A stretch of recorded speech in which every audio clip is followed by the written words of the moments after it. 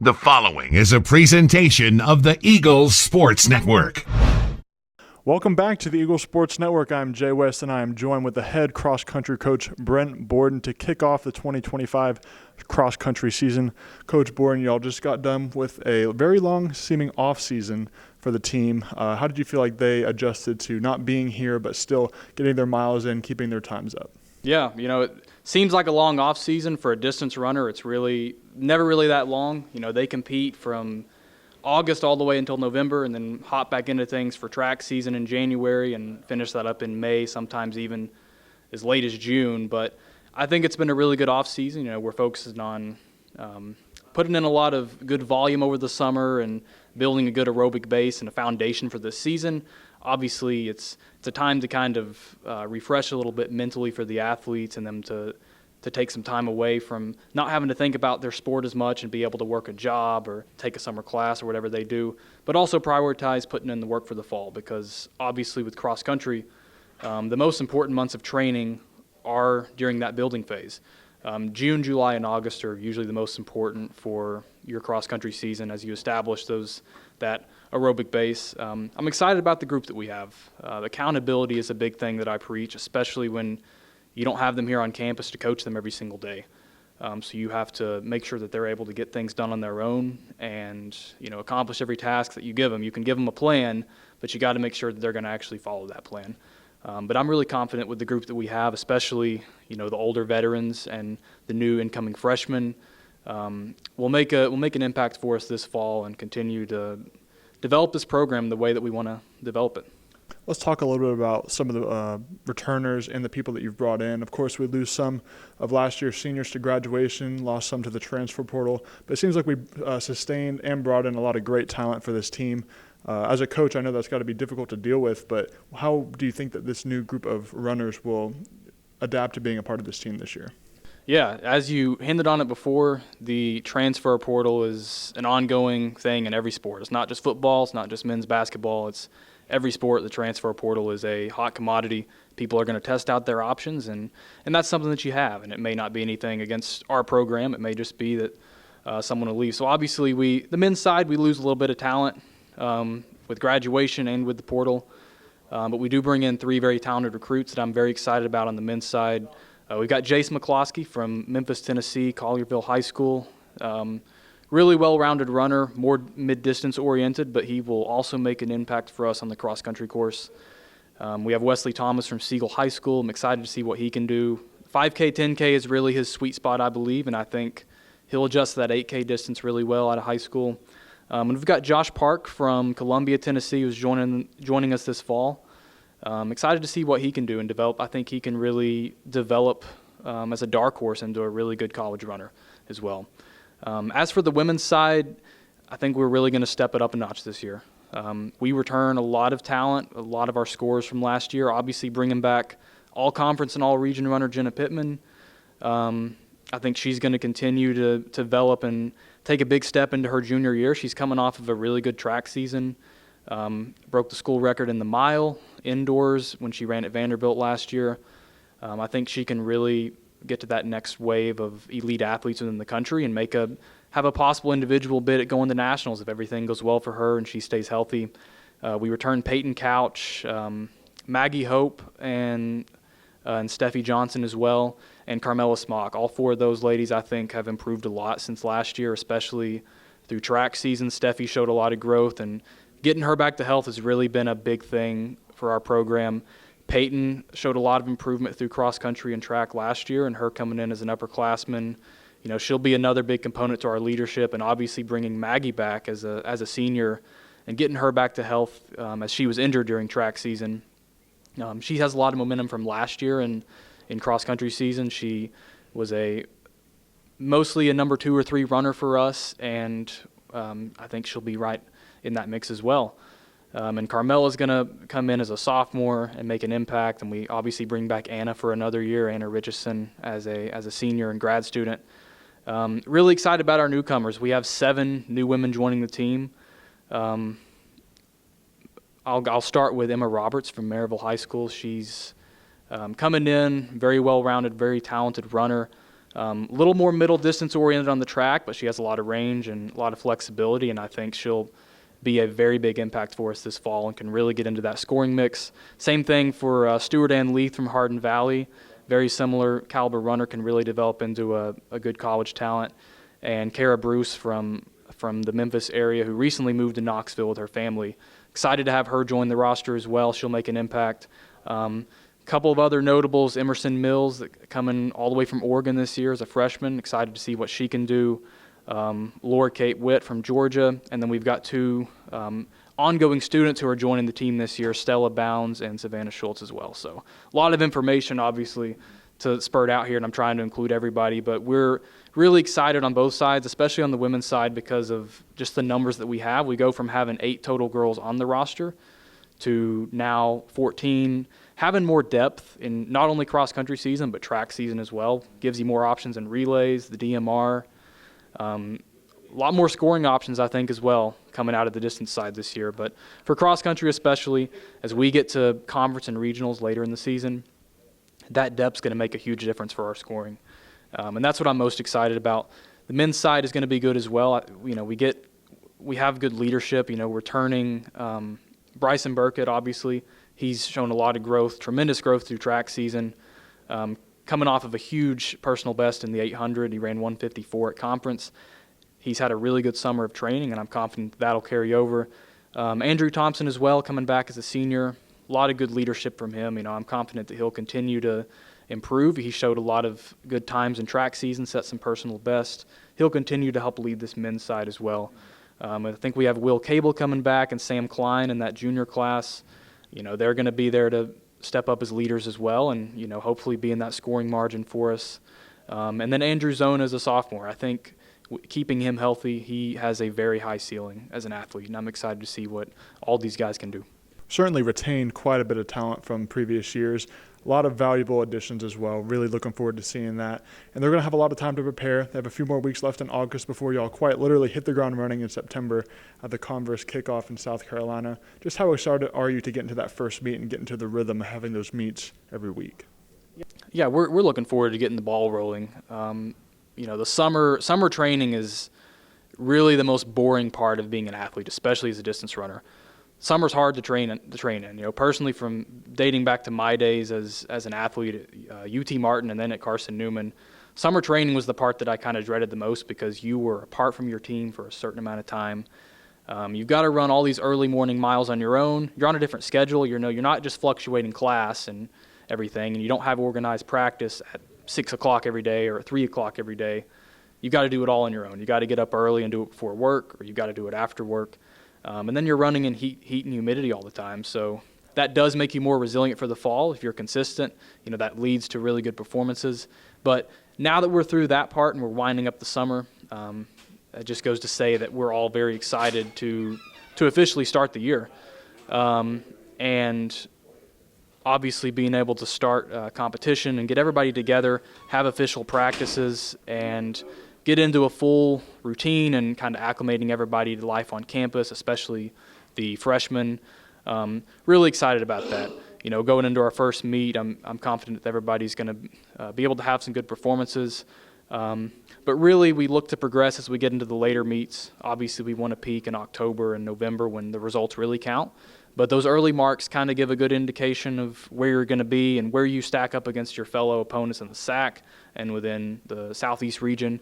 But also, individual accolades and building confidence as the season goes on, being able to tackle different courses and being able to go out there and set personal bests. Everything like that is also a good indicator of how everyone's performing and how everyone has progressed in practice. Is there a particular meet that you look at on the schedule that you say you yourself or are you excited for your team to race in that meet? Maybe it's the trail that they're running, or just how they're going to adapt to different trails, different environments as an athlete. Absolutely. The meet that I'm probably looking forward to the most is the Southern Showcase at Huntsville on September 12th, I believe. It's going to be on a Friday. We're really looking forward to that meet. As an athlete, I ran there a couple years ago. It was the biggest cross-country race I've ever ran in. We had about 500 men in the race. And when you started, you go down it's a gradual downhill. It's a wide field. and you start and it's just like a stampede, like you're running into battle or something. But a really good cross-country course. It's one of the best cross-country courses in this area of the country. It used to be a disc golf and golf course. They've turned it into, University of Alabama Huntsville have turned it into a premier cross-country course. No longer used for golf or anything. So it's really wide. It's flat. You don't have a lot of sharp turns. So back when I ran there a couple years ago as an athlete, I set a huge PB at the time. So I'm looking forward to going down there. You also get to run against the big dogs. Last year, Alabama was there. Tennessee was there. I think Lee University, Anderson. So you get to have some SAC opponents and some opponents that you're going to compete against in D2, but you also get to run against some of the best of the best. So that's also a fun experience as an athlete as well, to get to run against big schools like Tennessee and Alabama and Furman and some of these powerhouses in our region as well. Looking forward to that trip. We'll obviously be going back to Chattanooga with part of our team that same weekend as well. So we're excited about that meet. Everyone really enjoyed that one last year. We had really good performance, tons of PBs. It's a night race, so they're looking forward to that one as well. SAC conference preview that will be at Tusculum University. That will later be 2 weeks later at the SAC championships. What does it mean for the team to be able to race there earlier in the year and then go there later? Yeah, it serves as a familiar reminder of running a course once. You kind of know the tangents. You know what it's going to feel like, and you know how much it's going to suck if it's a hilly course or whatever the layout may be. So that kind of gives you a good familiarity. You also that may be the first time that we get to see Wingate, or we get to see Catawba, or even LMU at that meet. So that may be the first time that we get to run against them and see how we stack up against those opponents as well. So that's one thing that you look for in a preview meet, for whether it's conference or whether it's regionals. And I think with this preview meet, being a few weeks away, about a month away from the conference championships, you're going to see where you're at that moment, but you'll also see, once we've trained a few more weeks going into late October, whether or not you're peaking at the right time with your fitness and your program design and everything, and then keeping everybody healthy, as you mentioned. That's one thing we do. We work with Jeff and the entire sports performance staff. We design our training program with what I do with mileage and our workouts outside, but also with Jeff. He's making us more durable for the cross-country course and helping us strengthen all the muscles and joints that we need to prevent some of those injuries from occurring, and kind of make yourself stronger, because it takes a toll on you being an athlete in college, especially a cross-country runner, because as you mentioned earlier, you face a lot of different terrain, a lot of different environment. There's hills, there's grass, there's gravel. There may even be water in some places, or mud, and you never know what you're going to face. And unlike track, where every track is a 400-meter oval, the only thing you factor in with track is occasionally you get some wind, which may dictate performance, but every cross-country course is different from the entire layout of it. So ultimately what we do in the weight room and the environments that we practice in at Mossy Creek or Cherokee Dam or anywhere around campus, even around the practice field, that kind of gives you a feel of what it's going to look like. And obviously, if they're running workouts in trainers, or if we throw on some spikes, getting them familiar with what it's going to feel like on race day is what's most important. Year-to-year progression is such an important thing with athletes in every kind of sport, but a lot of people don't think about coaches progressing throughout their careers. This will be your second year as the head coach of the Carson-Newman cross-country team. So what have you seen from yourself from the first year building into this year? Yeah, a lot of growth. Definitely a lot of growth. Obviously, at this point last year, I was just now getting hired on staff here at Carson-Newman. Had an interview with Cav during my first week, kind of welcoming me onto the staff.